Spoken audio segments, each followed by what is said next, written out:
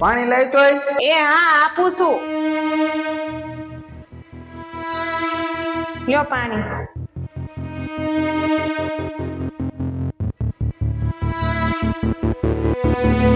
ઓય તમને ખોટું ન લાગે તો એક વાત કહું?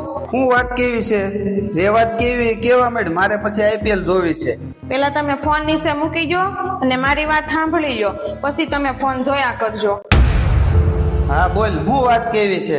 હું ઘણા દિવસથી તમને જોઉં છું, તમે ઓફિસ થી ઘેર આવીને સીધો ફોન લઈ લ્યો છો. નકર જમીન તમારા દોસ્તારની હારે બહાર રખડવા વિયા જાવ છો. તમે છોકરાઓની સંભાળ લીધી ક્યારે? કેમ, હું છું છે છોકરાઓને? એ તમે રૂમમાં એકવાર જઈને જોવો તો ખરા. તમે રોજ ઘેરે આવીને ફોન લઈ લો છો ને, તમારું જોઈ છે ને છોકરાઓ હોતન રોજ ફોન લઈને બેસી જાય છે.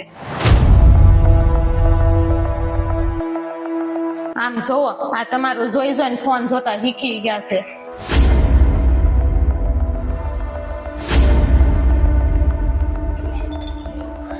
એ તમને ખબર છે, એ અત્યારનો એટલો બધો ફોન જોયે તેના મગજ ઉપર કેટલી ખરાબ અસર થાય અને એનો મગજનો વિકાસ અટકી જાય. અને જે દુના એટલો બધો ફોન જોવા માંડ્યા ને તે દુનો સ્વભાવ હાવ સીડીયો થઈ ગયો. હું હાવ કંટાળી ગઈ છું અને ટાઈમે ખાવાય નથી બેસતા.